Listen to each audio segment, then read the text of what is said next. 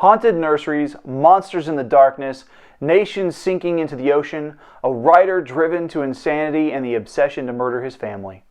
Hi, I'm your host, Garrett K. Jones, and this week on the Vlog of the Five Kingdoms, I'm providing you with a list of my top 10 horror and suspense recommendations.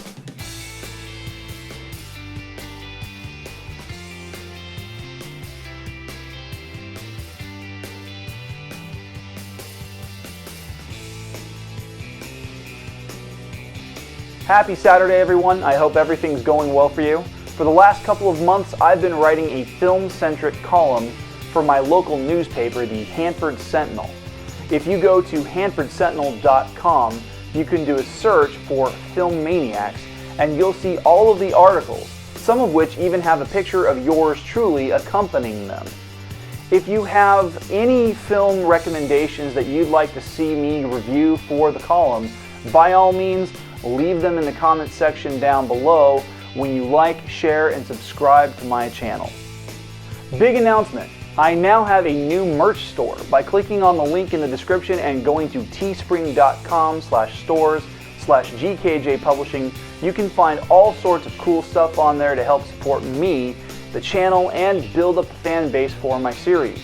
There are t-shirts for both men and women that come in a variety of sizes. There are posters, a hoodie, socks, home decor, and phone cases. The designs are pretty simple, featuring the cover art for all 4 books.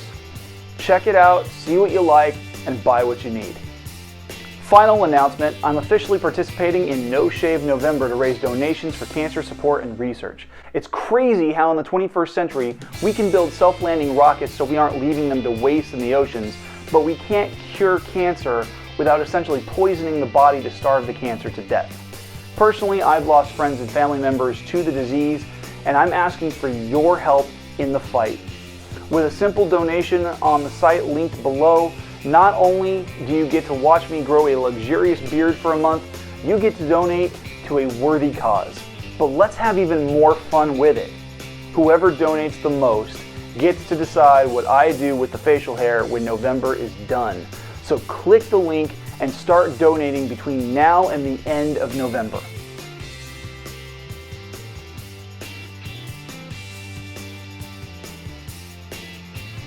While I know it seems cliche to do a top 10 list on horror stories in the month of October, I couldn't pass up an opportunity to be thematic in my selections this season. I'm also going to warn you that, as cliche as it is, Stephen King does make a few appearances on this month's list. It's kind of obvious why. I mean, I'm not usually a fan of horror myself. Some of it is good, but it's not my cup of tea. But as I said in episode 3.06 of my podcast, horror provides the audience with an opportunity to vicariously experience fear and danger from the safety of their own home. It's a cathartic release, and from what I understand, many horror fans tend to be better at handling stressful situations than those who aren't horror fans. I can't say for sure one way or the other, because I was terrified of xenomorphs until I was in high school. So here we go at number 10, Dracula by Bram Stoker. This is the quintessential vampire tale, and it's one of my favorites because of the story's structure. By now, most of us are aware of the plot. Dracula buys property in England, and he pursues Mina Harker, who he thinks is the reincarnation of his lost love. The story is told through letters and journals, and this epistolary style allows the reader to get into the mindset of the characters as they share their experiences to their contacts, their friends, and their loved ones.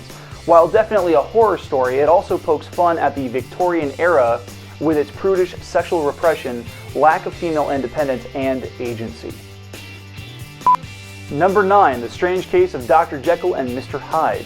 Robert Louis Stevenson's classic story has, like Dracula, been adapted to death, but the real terror of this story is the commentary on the darker impulses of mankind, and also, like the previous entry, how those impulses were repressed in the context of the author's time period.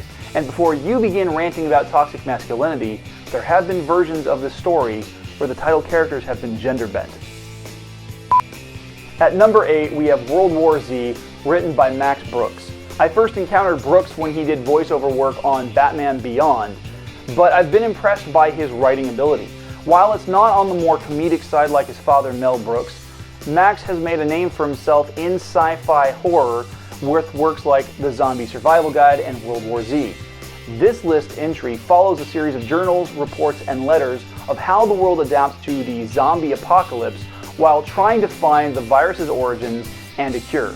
It's poignant to see how quickly the world adapts to a pandemic. Just saying. And in slot number 7, it's Relic by Douglas Preston and Lincoln Child. There was a movie made in the late 90s, but it's not as terrifying as the book, which is often the case. This urban horror thriller follows the staff of the New York Museum of Natural History as they work to help FBI Special Agent Pendergast track down a serial killer, a creature called Imbun, a mythic monster worshipped by the Cathoga tribe living deep in the Amazon.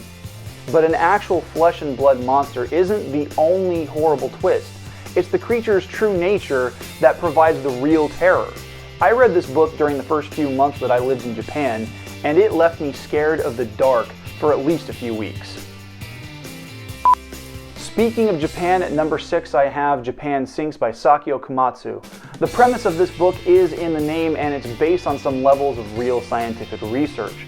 This 1973 Japanese award-winning novel was re-released in an abridged English translation after the 1995 Osaka-Kobe earthquake. Despite the best efforts of the Japanese government and the aid of the other countries, the book's title becomes an inevitability. It was recently adapted for anime by Netflix into Japan Sinks 2020, which has the plot kick off during the 2020 Tokyo Summer Olympics that we never got to see because of another catastrophe. I read this book during my stay in Japan as well, and shortly after finishing it, I experienced my very first earthquake. Needless to say that I was totally freaked out. At number 5, The Shining by Stephen King. This is every author's nightmare. All we want to do is just sit down and write a book, and the next thing we know, we're going crazy in some abandoned hotel in the mountains, and we try to kill our families. It's a tale as old as time. Okay, well, not really. The book is far more terrifying than the uncomfortable quality of Stanley Kubrick's film adaptation. Both are good in their own right, don't get me wrong, but I think there's definitely more of a terrifying factor in King's words than in Kubrick's filmmaking. I mean, the scariest thing that Kubrick ever directed was Eyes Wide Shut, am I right?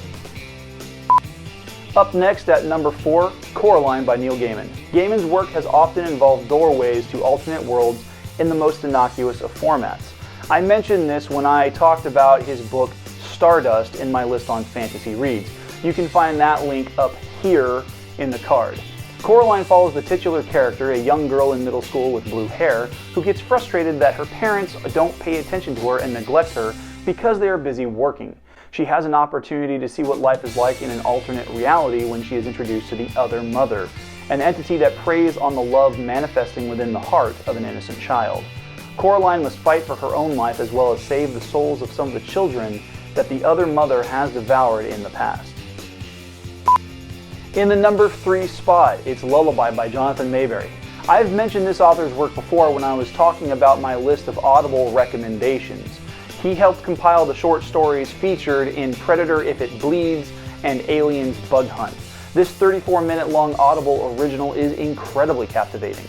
It follows a young couple as they buy their first home in upstate New York and start a family. Little do they know that the house is haunted, and not just one of those gimmicky kind of things that are put into a house report for a whimsical sake. We're talking legitimately haunted, and you can see the psychological terror messing with their minds as the story unfolds. If you don't have Audible, there is a link to getting a free trial down in the description box. In the penultimate spot is It by Stephen King. This is King's second entry on this list. I'll be honest, with the exception of the Joker, I'm not a big fan of clowns. It is the one thing that terrifies me the most next to spiders. And don't get me started on the fact that Pennywise turns into a gigantic spider monster towards the end of the book.